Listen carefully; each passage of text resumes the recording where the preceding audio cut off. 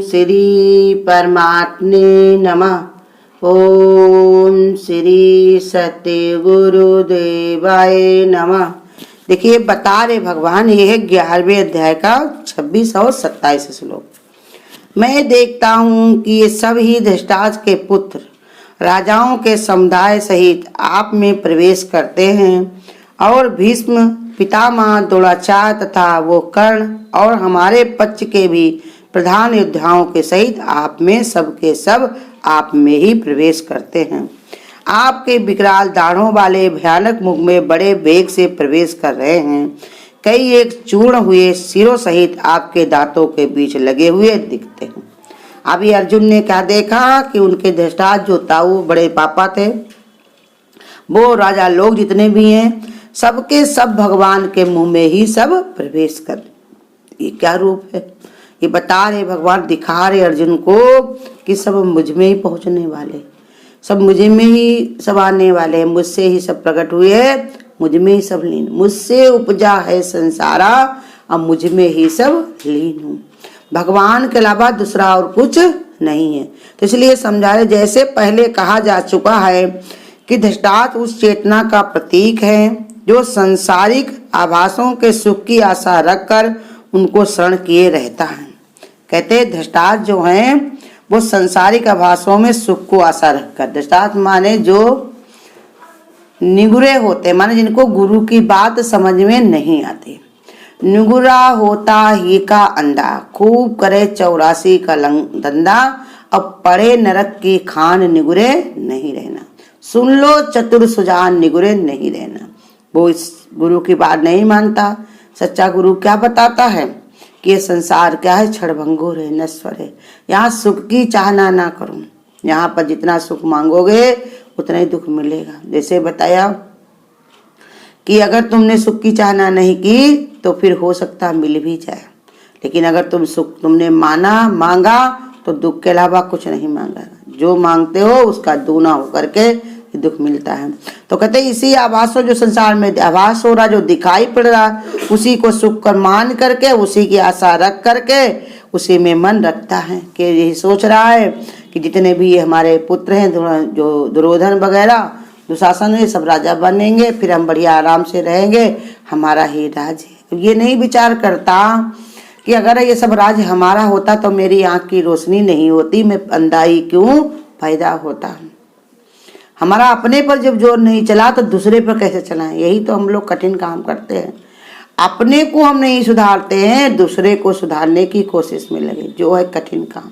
अपने को अगर हम सुधार लें तो ये आसान काम हमसे जल्दी से हो जाए, लेकिन हम सुधारते किसको हैं? दूसरे को। दूसरे को सुधारने की वजह से अपना जो सुधरा होता वो भी चला जाता। उसी में मन लगा करके अपनी भी बुद्धि उसी में रमा देते, अब वही बुद्धि में यही सब डाल देते, इसके कारण ये भ्रमित सी हो जाती।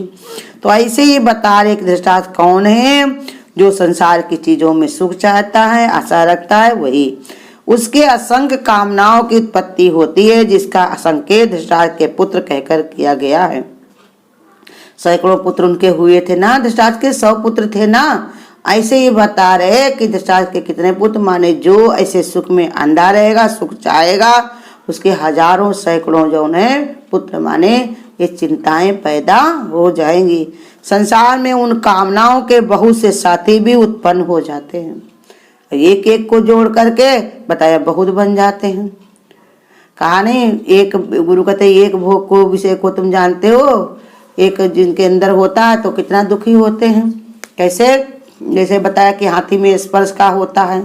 एक इच्छा के कारण भरत धरी दुर्दे हैं, और तासे नर कैसे छुटे, ताक जाके अधिक सने हैं। भगवान देखो कह रहे, देखो एक इच्छा के कारण राजा भरत ने सब कुछ छोड़ करके हिरण में मन लगाया तो उनको 2 बार जन्म लेना पड़ा। एक बार हिरण की योनि में, दोबारा वो जड़ भरत बने। और इंसान के अंदर कितना, देखो जीव जंतु भी गुरु बताते हैं, पतंगे को एक ही प्रेम होता है, समा पर फिदा होना। वो अपने को जला करके राख कर लेता है। हाथी को स्पर्श का सुख होता है, हिरण को उसको कानों में धुनी अच्छी लगती है, मछली को स्वाद पसंद है। उसी कारण एक एक इच्छा के कारण सब अपनी जान गंवाते हैं।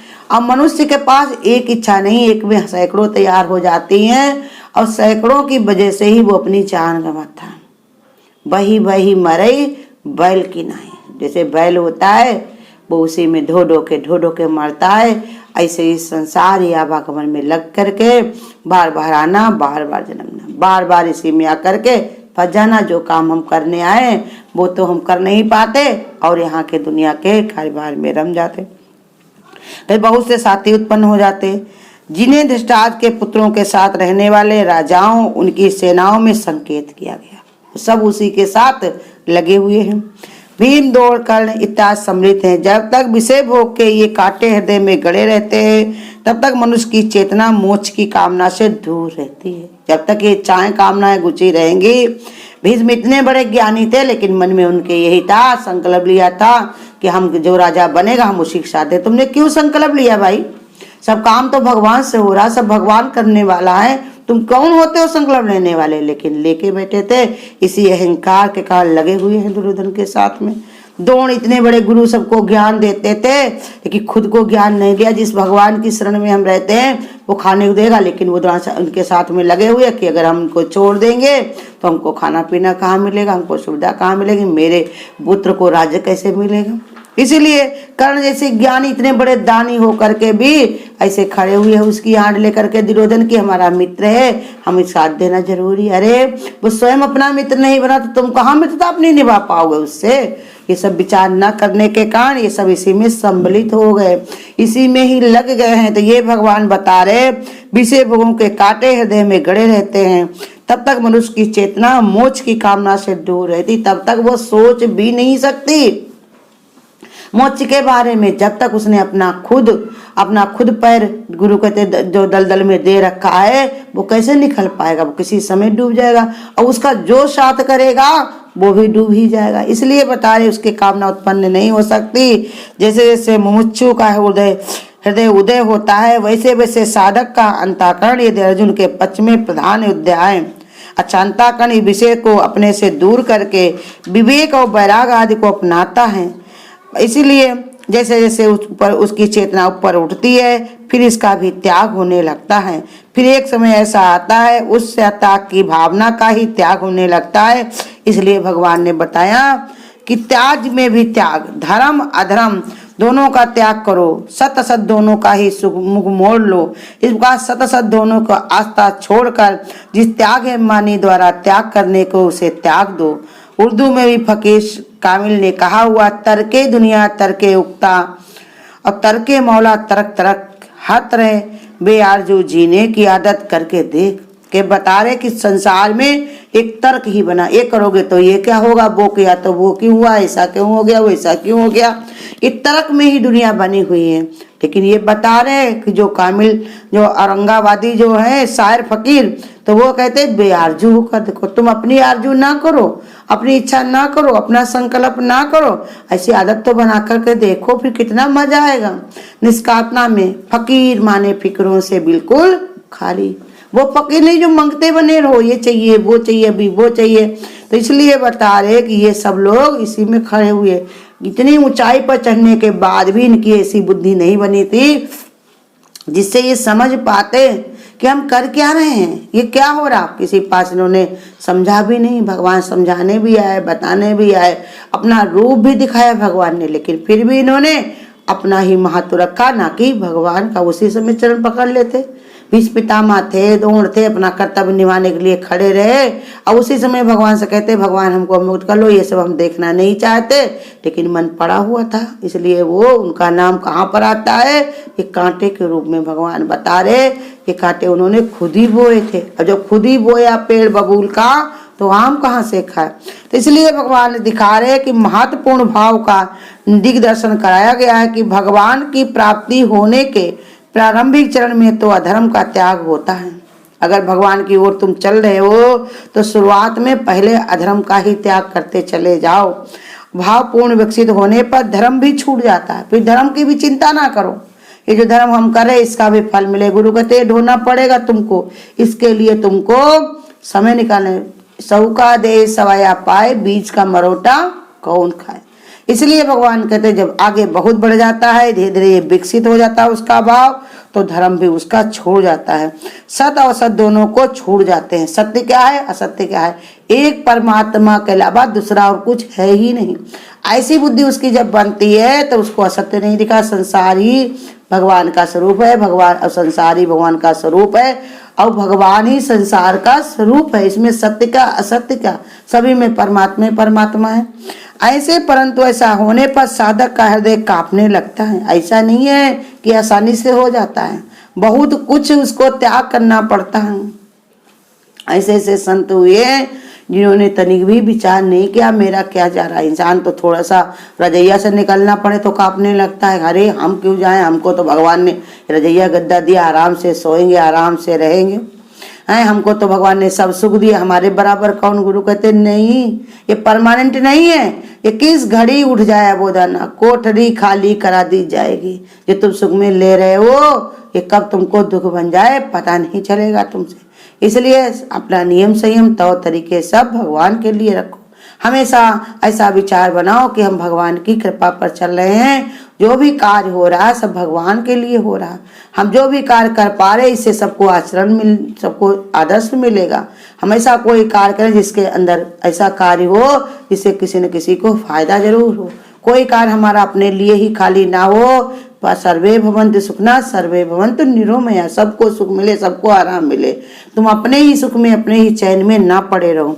तो कहते उसका हृदय कांपने लगता, माने बहुत उसको परीक्षाएं देनी पड़ती हैं, वह बहुत डरा भी जाता है। लेकिन भगवान कहते कैसी भी परीक्षा हो हम तुम्हारे साथ में, डरने की कोई बात नहीं।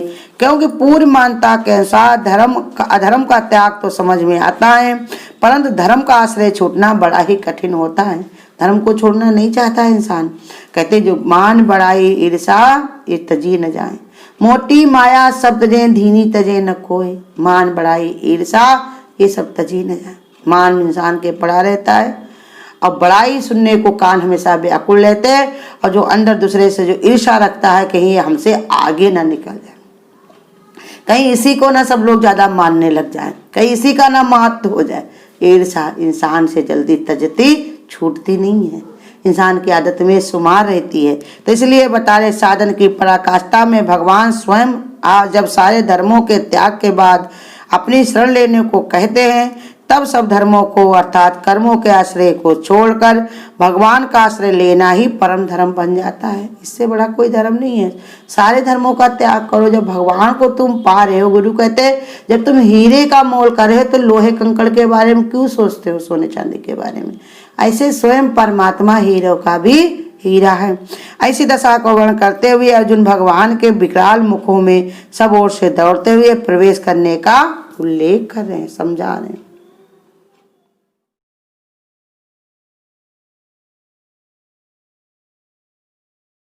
प्रभु प्यारे से जिसका संबंध है उसको हरदम आनंद ही आनंद है।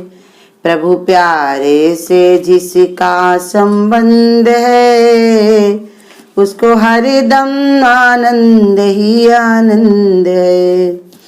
जिसकी कथनी में अमृत की धार है, जिसकी करणी में ज्ञान की महक है। प्रेम नरमी से जिसका संबंध है उसको हरदम आनंद ही आनंद है। प्रभु प्यारे से जिसका संबंध है उसको हरदम आनंद ही आनंद है। झूठी दुनिया से करके किनारा लेके सच्चे प्रभु का सहारा।